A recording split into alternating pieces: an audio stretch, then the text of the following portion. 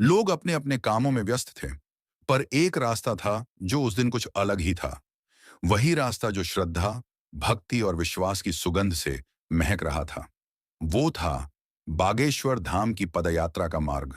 सैकड़ों श्रद्धालु अपने कदमों में भक्ति की थाप लिए चल पड़े थे। उनके होठों पर राम का नाम था और दिल में एक ही मंजिल, वृंदावन। इन्हीं हजारों कदमों के बीच एक चेहरा सबका ध्यान खींच रहा था। वो चेहरा था संजय दत्त का। हाँ, वही संजय दत्त जिन्हें लोग मुन्ना भाई कहते हैं, खलनायक के रूप में जानते हैं। पर आज वो न अभिनेता थे न सितारा। आज वो बस एक श्रद्धालु यात्री थे, बागेश्वर धाम के आशीर्वाद से ओतप्रोत। उनके हाथ में माला थी, माथे पर चंदन का तिलक और आंखों में भक्ति का भाव। लाखों लोगों की निगाहें जब उन पर पड़ी तो हर किसी के दिल में एक ही बात उठी। देखो, संजय दत्त भी सनातन की राह पर हैं। रास्ता आसान नहीं था। धूल, धूप और थकान हर कदम पर साथ थी। लेकिन जहां आस्था होती है, वहां शरीर की थकान महसूस नहीं होती। लोग जय बागेश्वर धाम सरकार की जय के नारे लगाते हुए आगे बढ़ते रहे। बच्चे, बुजुर्ग, महिलाएं, सबके चेहरों पर वही एक ज्योति थी जो कहती थी, हम चल रहे हैं वृंदावन की ओर, जहां हर सांस में कृष्ण बसते हैं। संजय दत्त बीच बीच में रुकते, हाथ जोड़ते, लोगों से मिलते, आशीर्वाद लेते। उनकी विनम्रता देखकर हर कोई भाव विभोर हो जाता। कोई उन्हें प्रणाम करता तो वो मुस्कुराकर कहते, ये सब बागेश्वर सरकार का आशीर्वाद है, मैं तो बस उनका सेवक हूं। धीरे धीरे शाम ढलने लगी। सूरज अपनी लालिमा के साथ विदा ले रहा था, पर पद यात्रियों के चेहरों पर थकान नहीं, बल्कि एक आध्यात्मिक प्रकाश झलक रहा था।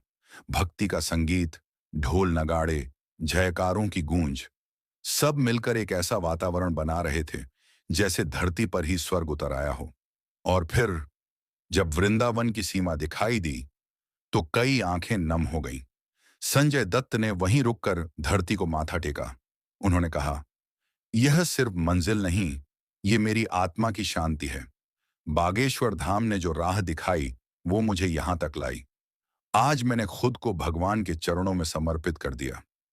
वो क्षण हर उस व्यक्ति के लिए प्रेरणा बन गया जो सोचता है कि आस्था सिर्फ बुजुर्गों की चीज है। नहीं, ये हर उस दिल की कहानी है जो सत्य, शांति और ईश्वर की खोज में चलता है। वृंदावन की गलियों में जब संजय दत्त ने राधे श्याम के दर्शन किए तो उनकी आंखों से आंसू बह निकले।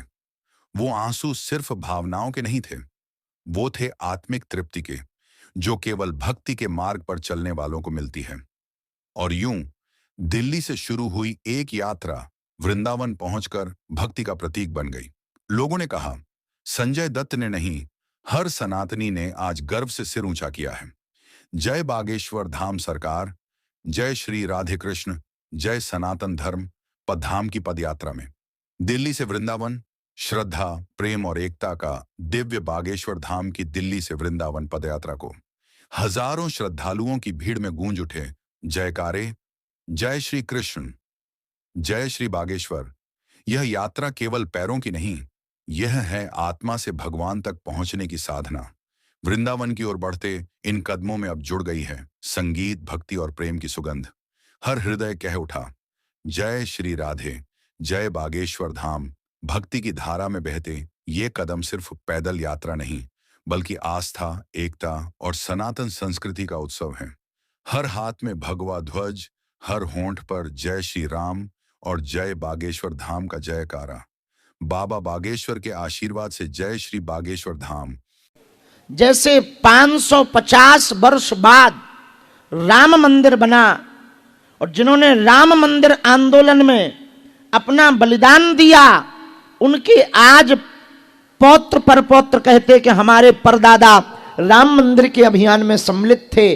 कालांतर में, भविष्य में जब कभी हिंदू राष्ट्र होगा, हिंदुओं की एकता होगी, तो आपके पौत्र परपुत्र गाएंगे कि हमारे दादा पदयात्रा में जाकर हिंदू राष्ट्र का समर्थन करने गए थे। और दादा नहीं, दादी भी, माताएं भी कम थोड़ी है। हमको अभी आते आते बताया 45% माताएं पदयात्रा में हैं। तो किसी ने कहा कि इतनी संख्या माताओं की, भैया जितनी भीड़ आज पहले ही दिन हो गई, हमारे तो पूरे सेवादारन के हाथ पांव फूल गए व्यवस्था करत करत।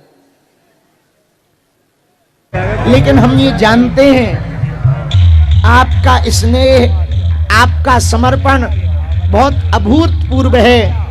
किसी भी परिस्थिति में आप लोग मुस्कुरा रहे, ये कर्जा है हमारे ऊपर। आप हिंदुओं के लिए, 80 करोड़ हिंदुओं के लिए सड़कों पर आए, आपने हमारा साथ दिया।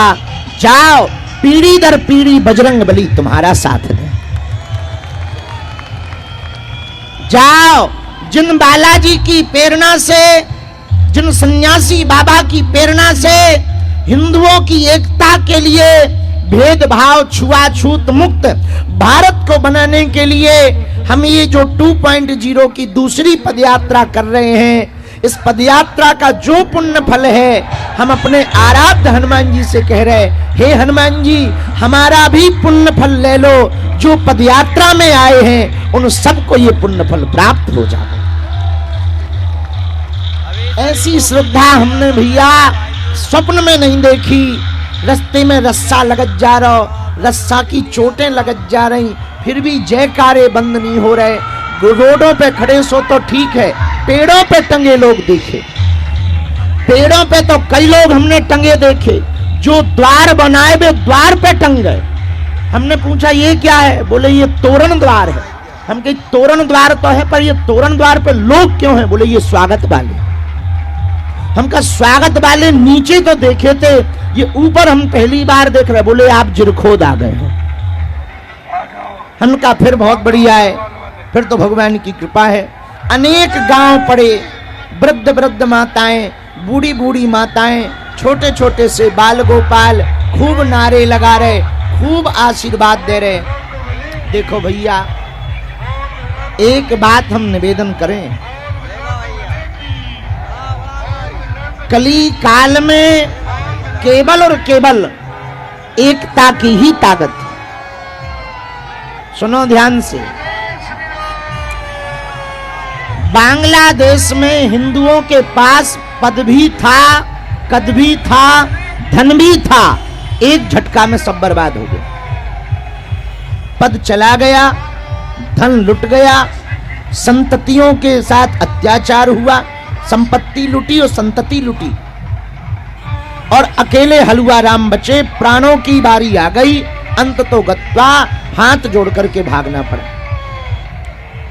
हम ये जो पदयात्रा कर रहे, ये यदि 20 साल बाद करते तो हिंदू कहते बहुत बढ़िया, क्योंकि 20 साल बाद भारत का हिंदू अपने अस्तित्व की लड़ाई लड़ रहा होगा, ऐसा समय आ रहा। इसीलिए हमारे मन में गुरु प्रेरणा से विचार आया कि ना तो पद रह जाना है, न कद रह जाना है। ये जो पदयात्रा हम कर रहे, आपके बेटा बेटियों की रक्षा के लिए कर रहे हैं, आने वाली संतति की रक्षा के लिए कर रहे, ताकि तुम्हारी नातनी पोतनी लव जिहाद में ना पड़े, तुम्हारी जमीनों पर लैंड जिहाद ना होवे, तुम्हारी संपत्ति पर किसी दूसरे धर्म मजहब के लोग आक्रमण ना करें। उसका मात्र एक उपाय है, जातियां तो हों पर जातिवाद खत्म हो जाए। जातीय अहंकार जब तक हिंदू नहीं छोड़ेगा तब तक हिंदू एकता संभव है। ताली बजाने से, हिंदू हिंदू के नारे देने से या पदयात्रा करने से भारत हिंदू राष्ट्र नहीं बनेगा, लेकिन पदयात्रा करने से विरोधियों को यह पता लग जाएगा अब इकट्ठे हो गए, इनसे भिड़ना नहीं है, तो रोक लगेगी। बालों का एक विज्ञान है, जिनके बाल झड़ते हो वो सुनो। बालों का एक विज्ञान है, डॉक्टर के पास जाओ तो डॉक्टर सबसे पहले क्या कहता, नए बाल बाद में उगेंगे, पहले जो बचे हैं वे ही बचे रहे। आप तो मुसीबत से गुजरे ही चुके। आप तो बाल बाल ही बचे, बहुत जने हैं। खैर हम भी हल्का फुल्का मुसीबत से जूझ रहे हैं। सुनो, बालों का खैर आपको तो ये टेंशन ही नहीं, भोले बाबा की बहुत कृपा है। इतने 2-4 लटों में ही हमारे ऐसे हो जाना, पूछो ना। हाँ, तुम तो सफाई चट्टो बिल्कुल। चमन बरस रहा है, बिल्कुल एयरपोर्ट नजर आ रहा है। बुरा ना मानना, और लग भी जाए तो हम कल चले भी जाएंगे। सुनो, बालों का विज्ञान है कि यदि आपके बाल झड़े तो डॉक्टर के पास जाओ तो डॉक्टर क्या कहता है, नए बाल बाद में उगेंगे, पहले जो बच्चे हैं वे बच्चे रहे, उसके लिए दवाई ले। तो लोगों ने हमसे पूछा कि आप सनातन हिंदू एकता पदयात्रा क्यों कर रहे हैं? घर वापसी बाद में करवाएंगे, पहले जो ऊ तरफ जा रहे वे तो बच जाएं। वो तो बच जाएं, वो कैसे बचेंगे? हिंदू ईसाई में कन्वर्टेड होता है तो सिस्टर और सर कहलाता है, हिंदू मुसलमानों में कन्वर्टेड होता है तो भाईजान अम्मा जान कहलाता है। पर हिंदू हिंदू में रहे तो ये बोले कुर्मी हैं, ये पटेल हैं, ये पंडित जी हैं, ये फलाने जी हैं, ये वर्मा जी हैं, ये जाट जी हैं, ये गुर्जर जी हैं। हम ये नहीं कह रहे कि आप ये जातियों के सरनेम मिटा दो ना, पहले ये कहो कि हम हिंदू हैं और हिंदुस्तान हमारा है। अब आप कहोगे गुरुजी पदयात्रा क्यों कर रहे? पूछो क्यों कर रहे? देखो, हमें शौक तो चढ़ा नहीं है घूमने और पांव में फोड़ा पड़वाने। दूसरी बात, हमको नेताजी बनना नहीं है, सो वोट मांगना नहीं है, ठटरी बराओ। तीसरी बात, हम काऊ पार्टी के नहीं है कि पार्टी का भला होगा। फिर पदयात्रा क्यों कर रहे? सुनो बहुत ध्यान पूर्वक भैया, आज यदि हिंदू नहीं बचेगा, हिंदू एक नहीं होगा, तो अभी आप 9 राज्यों में अल्पसंख्यक हुए हो और वो अर्धसंख्यक होने की कगार पर आ गए। जिस दिन वो अर्धसंख्यक हो जाएंगे, तुम अल्पसंख्यक हो जाओगे, संपत्ति तुम्हारी होगी, कब्जा उनका होगा।